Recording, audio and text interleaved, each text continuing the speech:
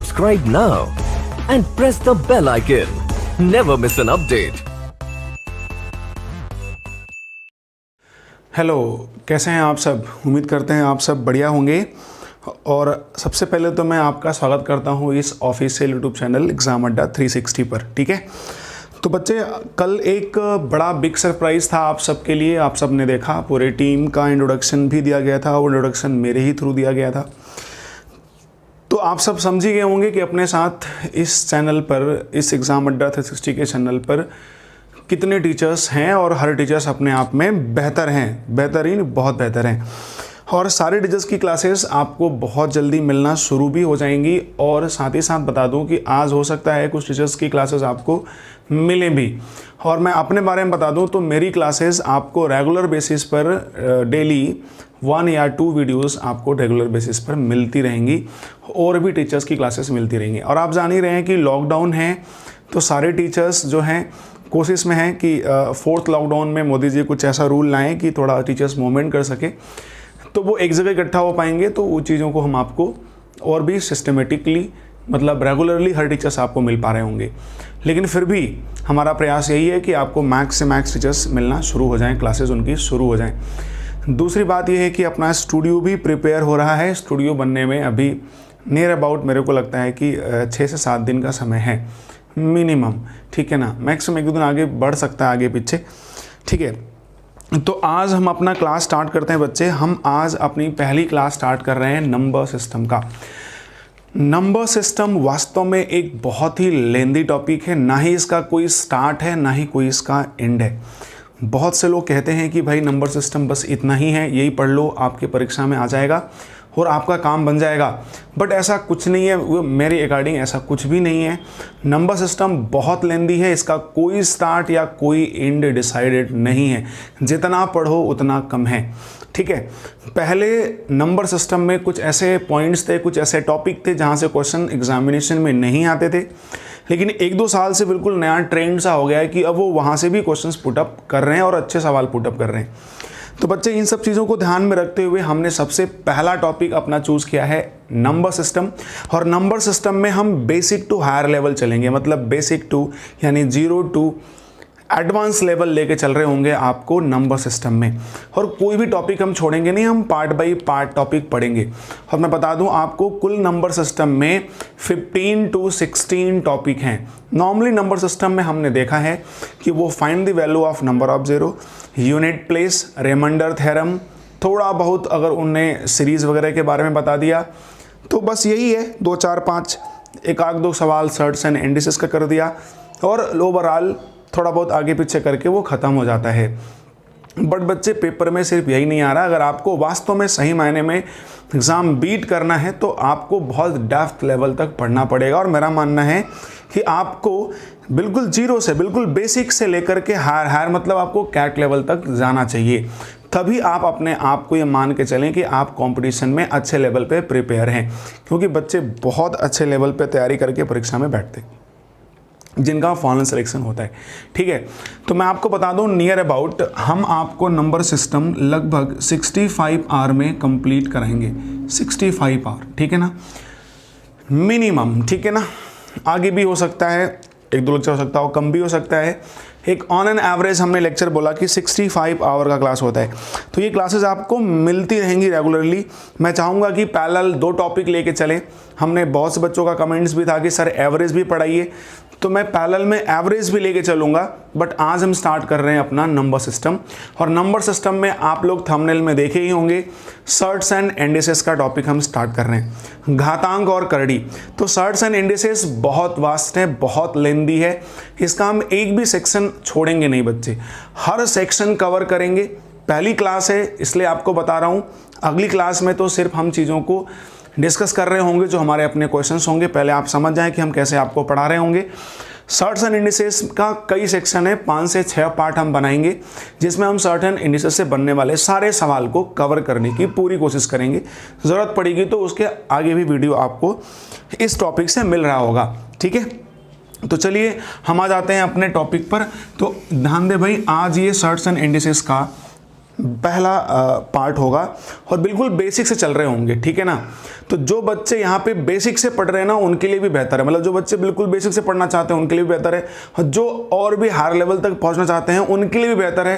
लेकिन थोड़ा सा उन्हें पेशेंस रखना पड़ेगा, चूँकि हम बेसिक से चल रहे होंगे तो आगे चल के 1-2 वीडियो के बाद चीज़ें धीरे धीरे अपर लेवल की तरफ बढ़ेंगी, ठीक है। तो चलो सर्ट्स एंड इंडिसेस में बच्चे मैं आपको बता दूं, सबसे पहला सवाल देखो, सीक्वेंस आगे पीछे हो सकता है लेकिन क्वेश्चन करेंगे हम सारा का सारा, कोई भी क्वेश्चन हम छोड़ेंगे नहीं।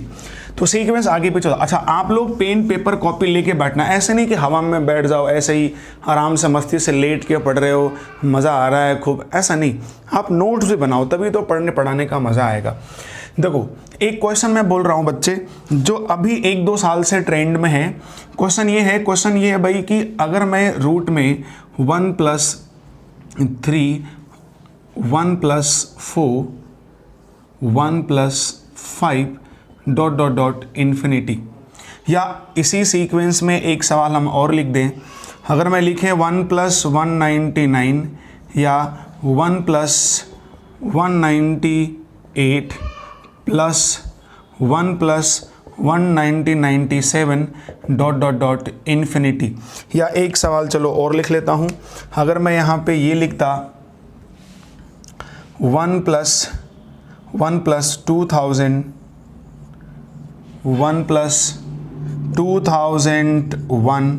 या 1+2002 ...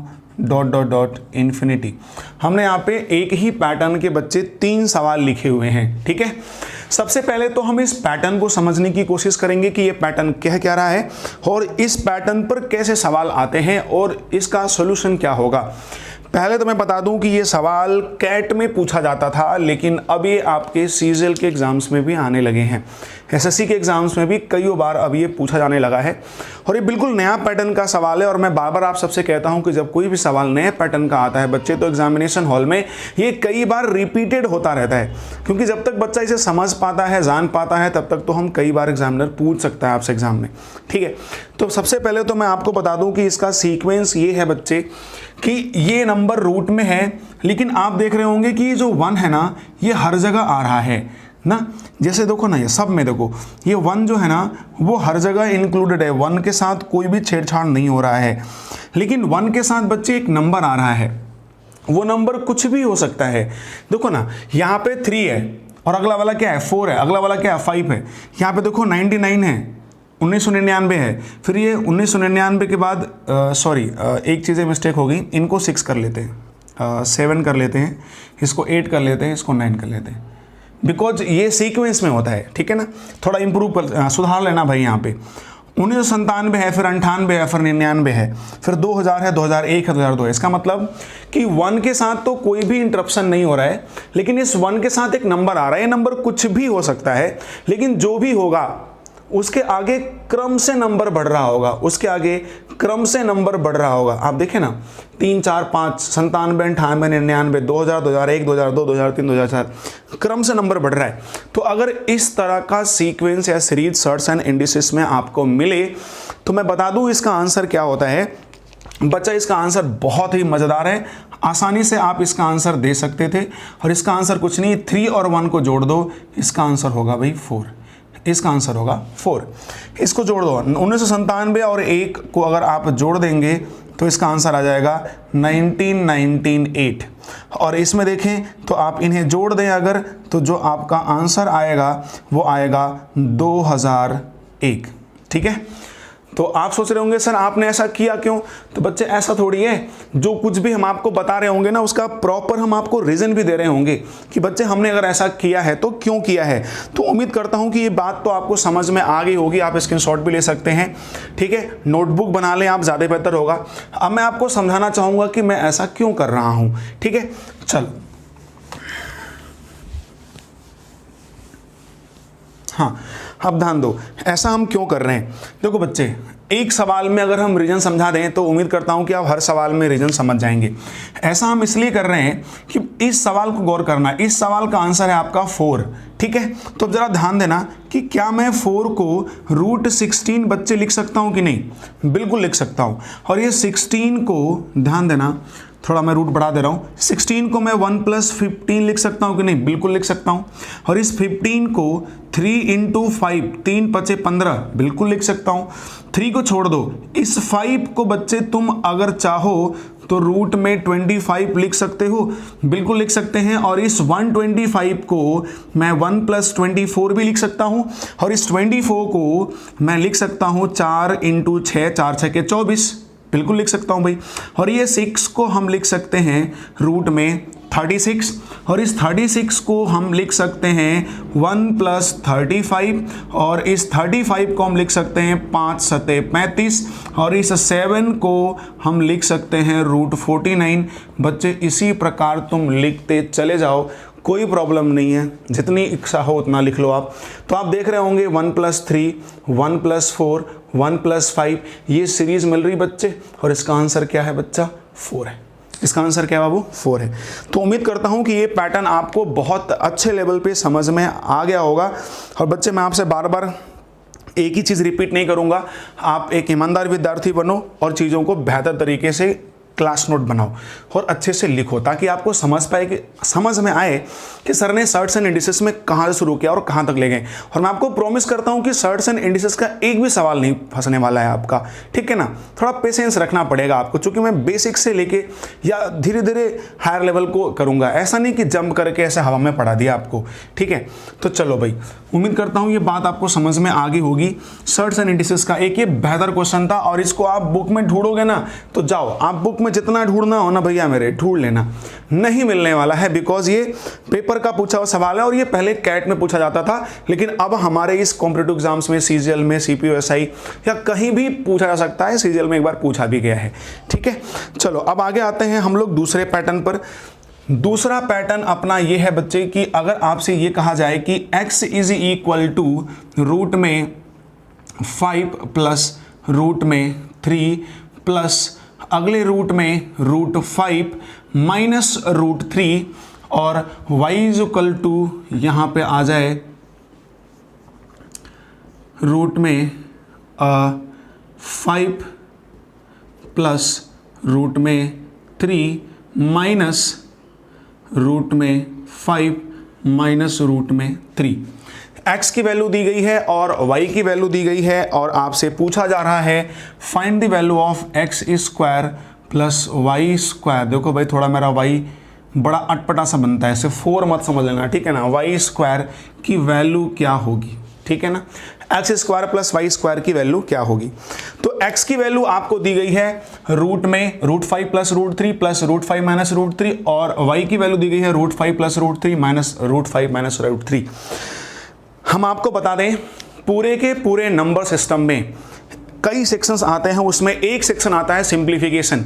सिंप्लीफिकेशन के सब सेक्शन बहुत हैं, उस सिंप्लीफिकेशन का ही एक सब सेक्शन है सर्ट्स एंड इंडिसेस, ठीक है ना। तो सिंप्लीफिकेशन में मैं आपको एक बात बता दूं कि सिंप्लीफिकेशन के जितने भी सवाल आते हैं, चाहे वो सर्ट्स एंड इंडिसेस से रिलेटेड हो या कोई अदर भी टर्म्स हो, हर सवालों में कोई ना कोई सीक्वेंस, कोई ना कोई पैटर्न चलता है। तो आप रट्टा बिल्कुल भी नहीं मारेंगे बच्चे, आप सीक्वेंस और पैटर्न को भी समझने की कोशिश करेंगे। एक दो सवाल से ये क्लियर नहीं होता। देखो कुछ कंसेप्ट ऐसे होते हैं बच्चे जो हिडन होते हैं, जो खुद की प्रैक्टिस करते करते ही समझाया सकता है, डायरेक्टली हम आपको नहीं समझ सकते, ठीक है ना। आप देखते होंगे ना सरकारी जॉब में भी कुछ ऐसी पोस्ट होती हैं जो डायरेक्ट रिक्रूट नहीं होती हैं, ठीक है ना, प्रमोशन की पोस्ट होती हैं। कुछ ऐसा ही एज लाइक बिहेव दिस, कि कुछ ऐसे कंसेप्ट्स हैं इसमें जिनको आप प्रैक्टिस करते करते ही आप एनालाइज कर पाओगे। अच्छा ये बात थी सर, ये समझाना चाह रहे थे, तो मैं चाहता हूं कि आप उसे समझने की कोशिश करें और सवाल की प्रैक्टिस के थ्रू ये समझ पाएंगे, ठीक है ना। तो ध्यान से बच्चा देखना कि x = ये दिया है, y = ये दिया है। x और y के वैल्यू में कोई फर्क है? तो हमको सिर्फ एक फर्क दिख रहा है कि यहाँ प्लस है और यहाँ पे माइनस है, और हमें कोई फर्क नहीं दिख रहा है। देखो ना, रूट के अंदर रूट 5 प्लस रूट 3, यहाँ पे रूट के अंदर रूट 5 प्लस रूट 3, यहाँ रूट 5 माइनस रूट 3, यहाँ पे रूट 5 माइनस रूट 3। तो x और y की वैल्यू में कोई फर्क नहीं है, बस प्लस और माइनस का फर्क है। तो चलो, अगर ऐसे कंडीशंस में आपको x² प्लस y² की वैल्यू आपसे पूछ रहा है तो इसका आंसर क्या होगा? तो बहुत ही आसान है। सबसे पहले तो मैं आपको आंसर बता दें, आप हमेशा जो ये पहला नंबर लिखा हुआ है ना रूट 5, जो ये पहला नंबर लिखा हुआ ना रूट 5, बस इसी के साथ 4 टाइम्स कर दो। जो ये पहला नंबर लिखा है ना √5, इसी के साथ आप 4 टाइम्स कर दो, 4 टाइम्स मतलब 4 टाइम्स √5, ठीक है ना। यही आपका फाइनल आंसर है, 4 टाइम्स √5, इसका यही फाइनल आंसर है, ठीक है। कितना मजेदार सवाल था और कितना बेहतरीन आंसर भी है। फिर मैं सवाल वही रिपीट करूंगा कि आपके दिमाग में एक नया सवाल कि सर ऐसा क्यों हुआ। तो बच्चे घबराओ नहीं, मैं इसका रीज़न भी बता रहा हूं ऐसा क्यों हुआ। आपको रटना कुछ भी नहीं है और भूलेगा भी कुछ नहीं। चलो, उम्मीद करता हूं समझ गए होंगे ना। अब आप इसका रीज़न समझिए, बड़ा मजा आएगा आपको रीज़न समझने में। इसका रीज़न भी बहुत लॉजिकल है और परीक्षा में उतना टाइम नहीं होता कि हम बेसिक तरीके से लगा पाएँ। तो इसका रीज़न भी आप देख लें बच्चे। इसका रीज़न ये है कि अगर मैं इस पैटर्न को, ये क्या पैटर्न है, ठीक है ना, ओवरऑल मैं आपको इसका पैटर्न समझा दूं। तो देखो पैटर्न कुछ ऐसा ही था, अगर आप याद करें तो पैटर्न ऐसा ही था, √a + b - √a - b, ठीक है ना। क्यों भाई, यही था। हाँ देखो x और y में क्या फर्क है, कुछ फर्क नहीं है, बस फर्क है तो प्लस का और यहाँ पे माइनस का। बाकी तो सारा का सारा बच्चे वही है। वहां भी रूट में a + b था, यहाँ भी a + b है, यहाँ भी a - b था, यहाँ भी a - b है, ठीक है ना। चलो, तो अब x² और y² निकालना था। तो बच्चे अगर हम x² निकालें तो जरा ध्यान से समझना यार। अगर हम x² यहाँ पे निकालें तो तुम इस पूरी वैल्यू को a मान लो, इस पूरी वैल्यू को b मान लो, तो a + b का होल स्क्वायर हो जाएगा। तो a² करोगे तो रूट हट जाएगा, a + b आएगा, ठीक है ना। इतनी मैथ तो पता होगी ना भाई, इतना बेसिक तो आपको आता ही होगा, ऐसा मान के चल रहे हैं। प्लस b² करोगे तो ये हो जाएगा a - b, ठीक है। और प्लस 2ab, तो 2 तो हो जाएगा। ab करोगे तो दोनों रूट में हैं, दोनों एक रूट में आ जाएंगे, और a + b a - b, तो हम लिख सकते हैं a² - b², ठीक है। अब यहाँ पे अगर हम y² निकालना चाहें तो वैसे ही एज इट इज़ y² भी हम निकाल सकते हैं। और y² के लिए ध्यान दें, इसे a माने, इसे b माने, और a - b का होल स्क्वायर। तो a² यहाँ a + b हो जाएगा, b² यहाँ a - b हो जाएगा, और -2ab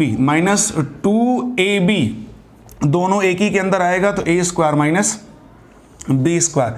बच्चे इस दोनों इक्वेशन को ऐड कर दो, इन दोनों इक्वेशन को आप ऐड कर दो। जब ऐड करोगे तो इधर तो आ जाएगा x² + y² = अगर आप ध्यान से समझने की कोशिश करेंगे तो आपको समझ आ जाएगा भाई कि b से b तो कट रहा है दोनों साइड में, और जब जोड़ोगे तो ये प्लस है, ये देखो माइनस है, दिख रहा है, ये भी कट जाएगा।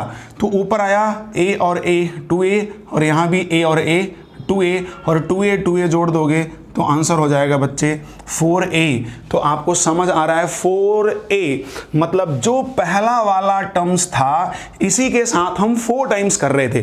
जो पहला वाला टर्म्स था बच्चे उसी के साथ हम 4 टाइम्स कर रहे थे। तो अब इसके प्रीवियस वाला सवाल याद करना, मैंने क्या कहा था आपसे कि बच्चे जो पहला वाला टर्म्स है उसको 4 टाइम्स कर दो। मतलब इस पैटर्न पर आने वाले हर सवाल का आंसर 4a ही होता है, ठीक है। चलो भाई, तो एक आध दो सवाल की हम और प्रैक्टिस कर लेते हैं ताकि थोड़ा चीजें और बेहतर हो जाएंगी, ठीक है। चलो चलो एक दो सवाल की हम प्रैक्टिस और कर लेते हैं, थोड़ा सा और बेहतर हम समझ पाएंगे। देखो x की वैल्यू हमने लिखा यहाँ पे 4 + √5। देखो वैल्यू कुछ भी हो सकती है बच्चे, ठीक है ना। प्लस यहाँ पे लिखा 4 - √5, और मैं y की वैल्यू यहाँ पे लिख रहा हूँ 4 + √5 -4 - √5। और आपसे मैं पूछ रहा हूँ भाई कि बताएं x² + y² की वैल्यू क्या होगी। तो x² + y² की वैल्यू क्या होगी, ये अपना पहला सवाल है। तो आप बोलेंगे सर 4a, और a की वैल्यू क्या है, 4 है। ध्यान रखना बच्चे ये 4 है, तो 4 का 4 टाइम्स 4a आंसर होता है इसका। तो 4 का 4 टाइम्स करेंगे तो आंसर हो जाएगा 16, ठीक है। आंसर क्या होगा 16। बट अगर हम इसी में आपसे ये पूछ रहे होते कि भाई आप ये बता दो x square plus y square minus 16 is equal to कुछ भी पूछ सकता है, इक्वेशन बना के पूछ सकता है आपसे। तो आप क्या जवाब देंगे भाई, इस पूरे की वैल्यू तो 4a होगी। 4a मतलब आप समझ ही रहे हैं, a की वैल्यू 4 है, 4 4 जा 16 और माइनस यहाँ भी 16, तो ये वैल्यू तो कट जाएगी, तो फाइनली आंसर आएगा 0। क्यों? ठीक है। अगर मैं आपसे ये पूछता कि भाई x square plus y square divide by 2 plus 5 का आंसर क्या होगा, प्लस 5 का आंसर क्या होगा, ठीक है। तो चल भाई, मेरे को कोई प्रॉब्लम नहीं होनी चाहिए। ऊपर क्या लिखा हुआ है, x square plus y square, उसकी वैल्यू क्या होती है 4a, a की वैल्यू 4 है, 4 4 जा क्या 16 और 16 डिवाइड बाई 2 प्लस 5 है, तो 2 से कटेगा 8 और 8 में 5 जोड़ दो, 8 5 13।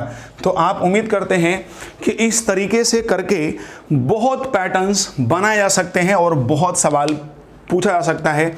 तो उम्मीद करता हूं कि इस पैटर्न के भी सवाल समझ में आ गए होंगे। एक सवाल मैं आपको और करके दिखा रहा हूं, उसके बाद फिर हम आगे बढ़ जाएंगे भाई, ठीक है ना, नेक्स्ट पैटर्न पर आ जाएंगे। तो ज़्यादा नहीं, बस मैं इतना ही काम का रफ कर रहा हूं, ठीक है।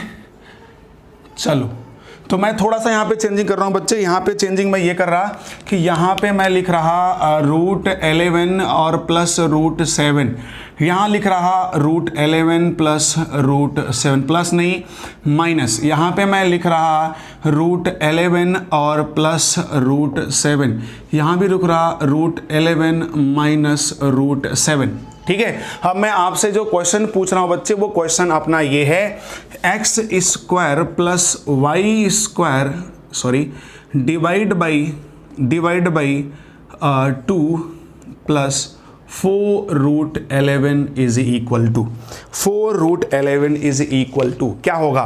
तो चलो यहां बड़े आराम से हम आंसर दे देंगे। एक्स प्लस वाई स्क्वायर की वैल्यू बच्चे होती है 4a, तो 4a निकालना है तो क्या हो जाएगा, 4 टाइम्स √11 कर लो, डिवाइड बाई 2 प्लस 4√11, यहाँ से कटेगा तो ये 2 बार आएगा और 2 4 हो जाएगा 6, तो 6√11, this is a final answer. 6√11 this is a final answer. उम्मीद करता हूँ कि आपको बेहतर समझ में आ गया होगा। वैसे आप x square plus y square निकालते, उसमें डिवाइड मारते, फिर उसको सिंप्लीफाई करते, नो डाउट काफ़ी लेंदी होता। तो उम्मीद करता हूं कि इस पैटर्न पर भी आने वाले सारे सवाल को आप समझ गए होंगे और इस पैटर्न का सवाल का हमेशा जवाब होता है 4a, ठीक है ना। चलो अब आते हैं हम एक दूसरे पैटर्न पर, एक नेक्स्ट पैटर्न की तरफ आते हैं। अगला पैटर्न क्या हो सकता है? अगला पैटर्न भी बहुत बढ़िया है।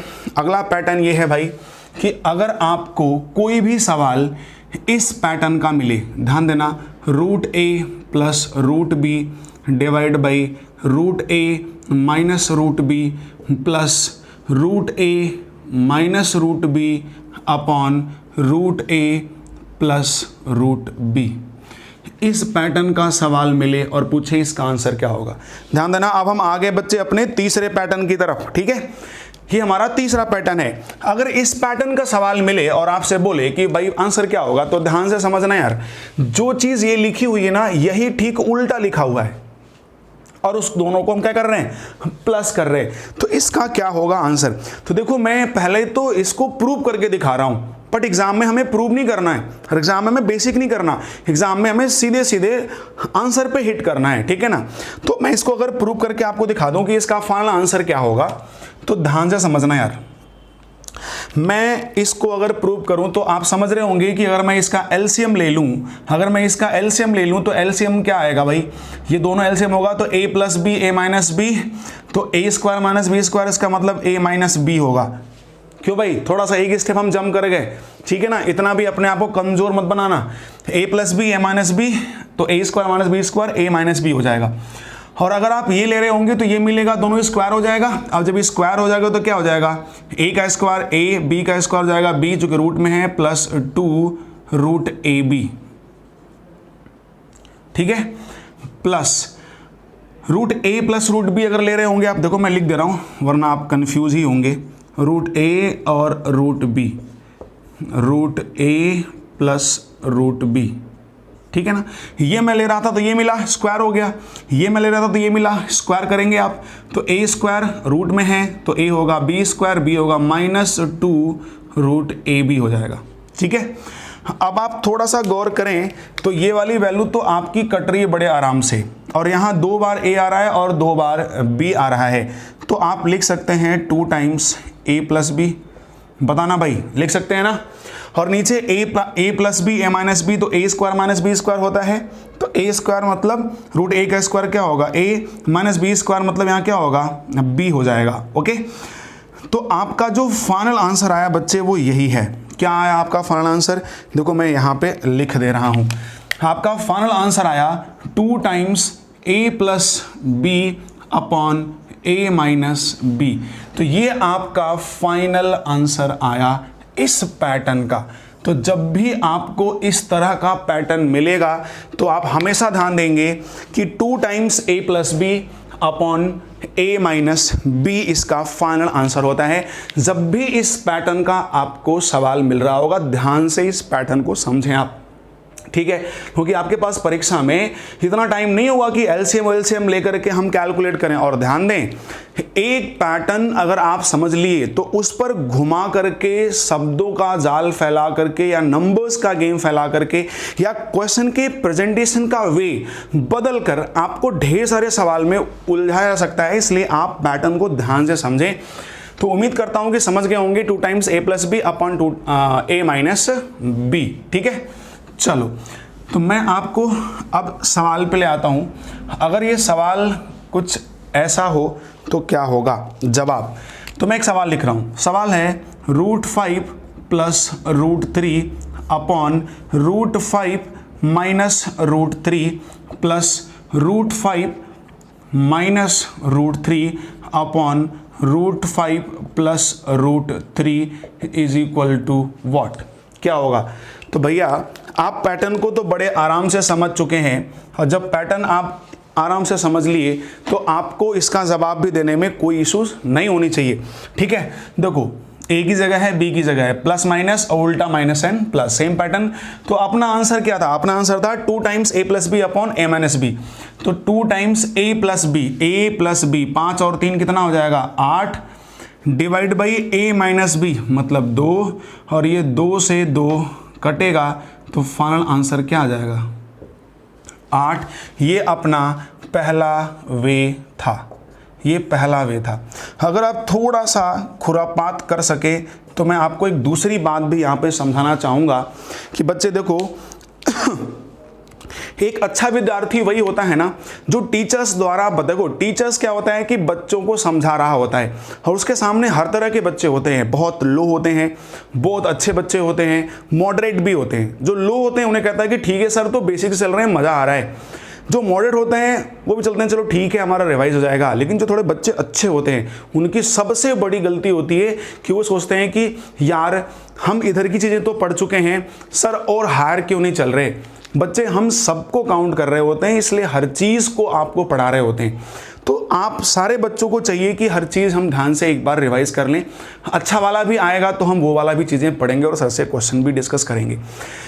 लेकिन सबसे बड़ी प्रॉब्लम बच्चों की होती क्या है कि सारे के सारे स्टूडेंट्स जो होते हैं ना, वो ये सोचते हैं कि सर फटाफट सारी चीज़ों को पढ़ा दें और हम आगे बढ़ जाए, और उसमें वो ये भूल जाते हैं कि एज ए स्टूडेंट्स हमें क्या करना चाहिए।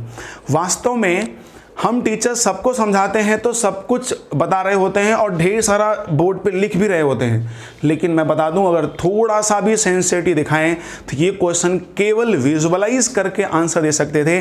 पेन पेपर चलाने की 1% की भी ज़रूरत नहीं थी, ठीक है ना। मेरे को जवाब देना होता ना तो हम 2, 4, 5, 10 सेकेंड इसे घूर के देखते और आंसर मार देते, ठीक है ना। हो सकता था कि इससे भी कम टाइम में मार देते। सारे सवाल जो होते हैं ना उनका एक अलग अलग टाइम इंटरवल है, वो सारा कुछ डिपेंड करता है आपकी मेहनत के ऊपर। अच्छे कंसेप्ट्स पढ़ लेने से आप अच्छे हो जाएंगे नहीं, आप अच्छे कंसेप्ट्स पढ़ें और साथ ही साथ आप उसका 4 गुना अच्छी प्रैक्टिस भी करें, तब जाकर के स्पीड इंप्रूव होती है, ठीक है ना। उसके पीछे और भी फैक्टर्स काम करते हैं, कभी मैं डिस्कस करूंगा आपसे। तो ध्यान दे बच्चे, मैं जो दूसरा तरीका बता रहा हूँ ना, ये एक बस खुरापात है। खुरापात ये है बच्चे कि जब आप जानते हो कि 2 टाइम्स a प्लस बी है और अपॉन a माइनस बी है, तो हमेशा ध्यान देंगे एक चीज का कि यहां पर इसी चीज में समझें आप कि यहां पर अगर इस केस में a और b का अंतर अगर 2 आ रहा है, मैं यहां लिख भी दे रहा हूं, when a minus b is equal to 2, तो जो आंसर होता है अपना वो सिर्फ होता है a प्लस बी। ध्यान देना, ये बस ये एक एनालाइजेशन था। आप तो जान ही रहे हैं भाई 2 times a plus b upon a minus b, आप तो कर ही रहे हैं, कोई दिक्कत नहीं है। बस एक छोटा सा खुरापात है कि अगर पेपर में आपको इनके बीच अंतर 2 मिल जाए, क्योंकि हो सकता है कई बार एग्जामिनर आपको उलझाने के लिए, परेशान करने के लिए a और b की जगह पे 3 डिजिट या 4 डिजिट नंबर रखता है, 4 डिजिट नंबर।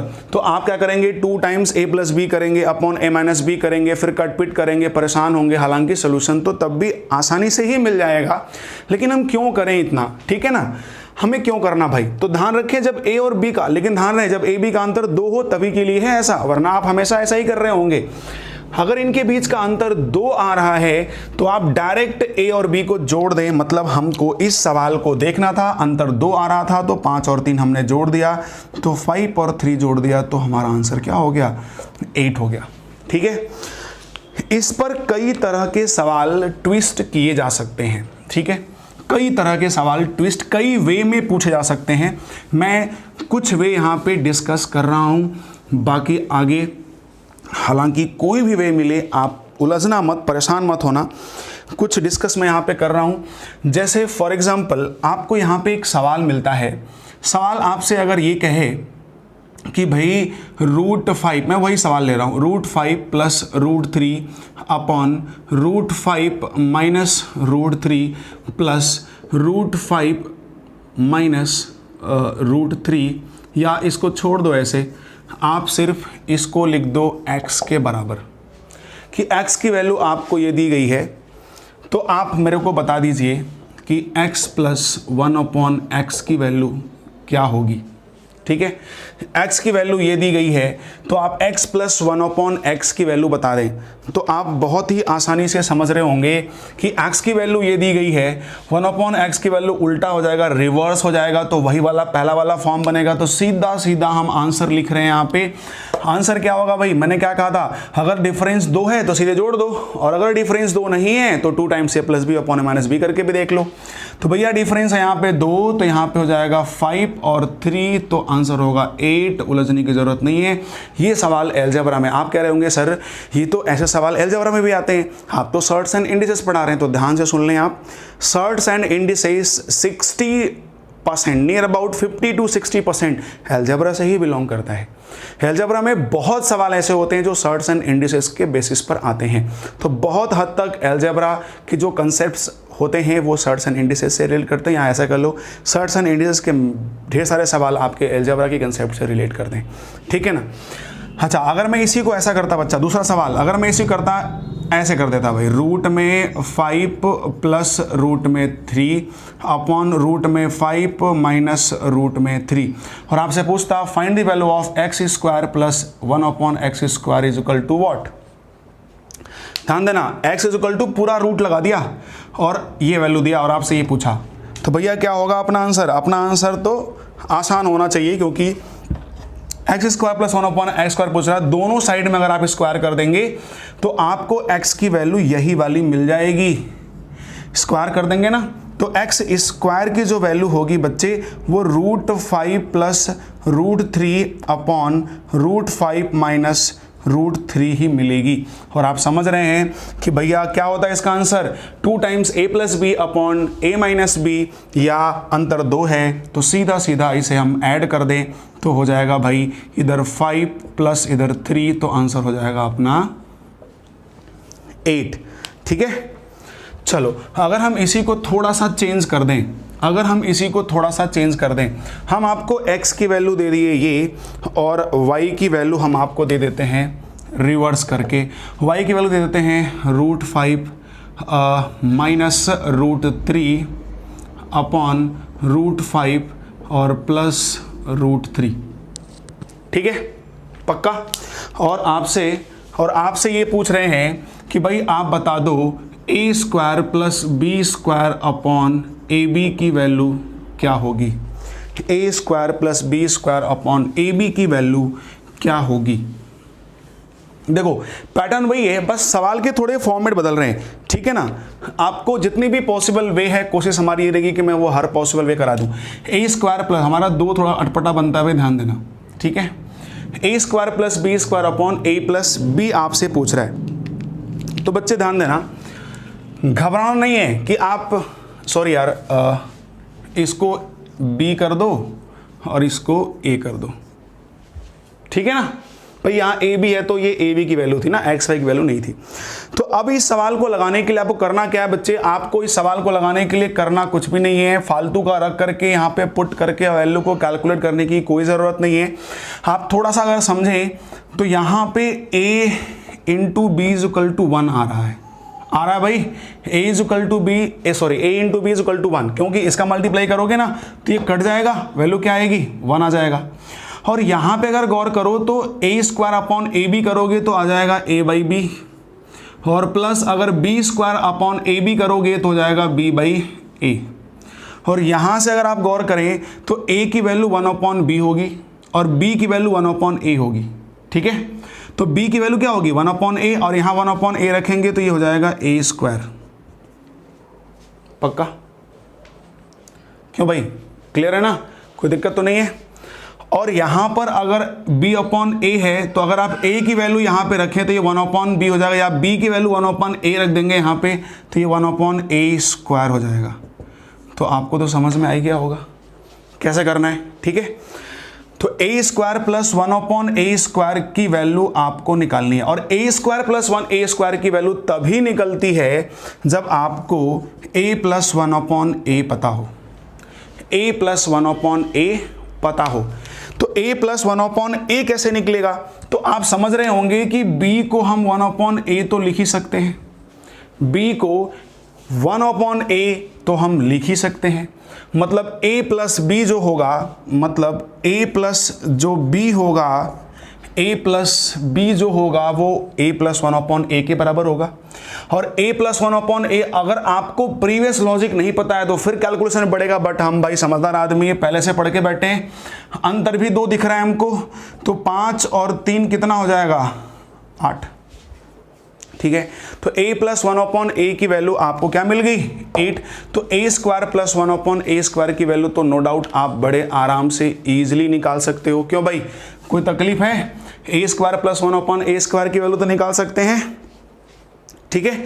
तो ये जो सवाल आपको दिख रहा है बच्चा, इस सवाल को अगर आप गौर से समझे तो ये सवाल अपने आप में एक बहुत बेहतर था, ठीक है ना, अच्छे लेवल का सवाल था।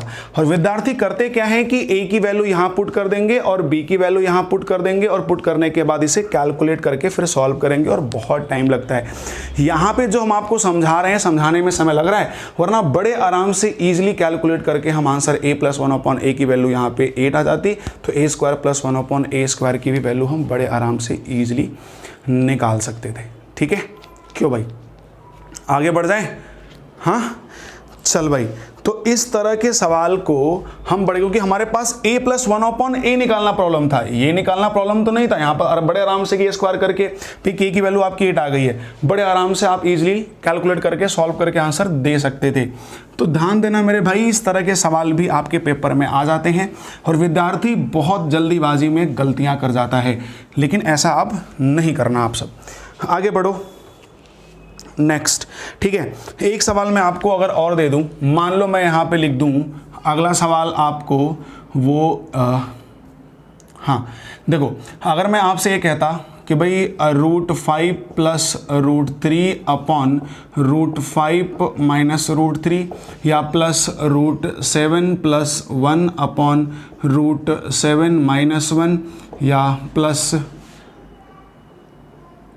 √5 माइनस √3 अपॉन √5 प्लस √3, या प्लस √7 माइनस 1 अपॉन √7 प्लस 1, ठीक है। तो अगर आप देखें ध्यान से इस सवाल को, तो एक पेयर आपका ये बन रहा है और एक पेयर आपका ये बन रहा है, और ये जो 1 है ये रूट के फॉर्म में होना चाहिए, तो कोई दिक्कत नहीं है, हम इसको ऐसे भी लिख सकते हैं। ठीक है, तो आप ध्यान से देखें, अगर मैं इसकी बात करूं तो अंतर 2 है, अंतर 2 है तो 5 और 3 क्या हो जाएगा, 8 हो जाएगा। और अगर मैं इसकी बात करूं तो अंतर 2 नहीं है, तो 2 टाइम्स a प्लस बी, तो 2 टाइम्स a प्लस बी तो 8, और इसका डिफरेंस निकालेंगे, तो डिफरेंस निकालेंगे तो आ जाएगा कितना, 6 आ जाएगा भाई। 6 का तो यहाँ से कटेगा, ये वैल्यू तो हो जाएगी 3, और उसके बाद अगर इसे हम एलसीएम लेके कैलकुलेट करें तो यहाँ हो जाएगा एलसीएम 3 हो जाएगा भाई, 8 3 हो जाएगा 24, यहाँ हो जाएगा 8, और 24 में 8 जोड़ दीजिए तो हमको लगता है भाई आ जाएगा 32/3। ठीक है, तो ये हो जाएगा हमारा फाइनल आंसर। तो उम्मीद करता हूं कि इस पैटर्न पर, अभी मैंने प्लस का फॉर्म बताया है, बट ध्यान देना इस फॉर्म में माइनस भी आता है, इस फॉर्म में स्क्वायर के भी फॉर्म आते हैं। हमने कहा ना कोई भी चीज़ छोड़ेंगे नहीं, बारी बारी से स्टेप बाय स्टेप हम आगे बढ़ रहे होंगे। तो इतनी बात तो आपको समझ में आ गई होगी, और इस पैटर्न पर हमको लगता है कि कोई और भी सवाल आएगा तो आप कर ले जाएंगे, कोई दिक्कत आपको नहीं होगा। तो बच्चे चलो, अभी इसका माइनस का फॉर्म आपको बताना है, और इसके प्लस के फॉर्म हमने देख ही लिए, फिर इसका स्क्वायर का भी फॉर्म हमें बताना है आपको। ठीक है, इसके आगे और भी जितने पॉसिबल, इसमें और भी कई क्वेश्चंस की ट्विस्टिंग होती है, वो सारी चीज़ें आपको डिस्कस करनी है। तो आज के लिए हम सर्ट्स एंड इंडिसेस में पहले पार्ट में इतना ही करते हैं। नेक्स्ट वीडियो हम आपको कल दे रहे होंगे, अगला वीडियो अपना कल मिल रहा होगा। रेगुलर बेसिस पर एक वीडियो तो मिनिमम आपको मिलेगा ही मिलेगा, और बहुत जल्दी भी हम आपके साथ लाइव भी जुड़ने वाले हैं। ज़्यादा समय नहीं है, बस थोड़ा सा लॉकडाउन की वजह से ऐसा हो रहा है, वरना अगर लॉकडाउन नहीं होता तो हम बहुत जल्दी आपसे जुड़ जाते। स्टूडियो में मैंने बता ही दिया अपना प्रिपेयर हो रहा है। बाकी और भी टीचर्स आपके साथ आज जुड़ने की कोशिश कर रहे हैं, हो सकता हो कुछ टीचर्स आपको लाइव भी मिले इस पे। ठीक है, तो बने रहिए भाई, आप मैक्स से मैक्स लोगों को वीडियो शेयर करें, पढ़ाई ध्यान से मन से करें, घर पे रहें, सेफ रहें, स्टडी पे ध्यान दें, और ज़्यादा से ज़्यादा इस चैनल को, इस अपने YouTube चैनल अड्डा एग्ज़ाम अड्डा 360 को ज़्यादा से ज़्यादा शेयर करें, लाइक करें, सब्सक्राइब करें, और अपने कमेंट्स भी दें कि हम आपके लिए बेहतर और क्या कर सकते हैं। ठीक है, चलिए तो फिर नेक्स्ट टाइम मिलते हैं, इसी वीडियो को अगला कंटिन्यू करेंगे, तब तक के लिए बाय।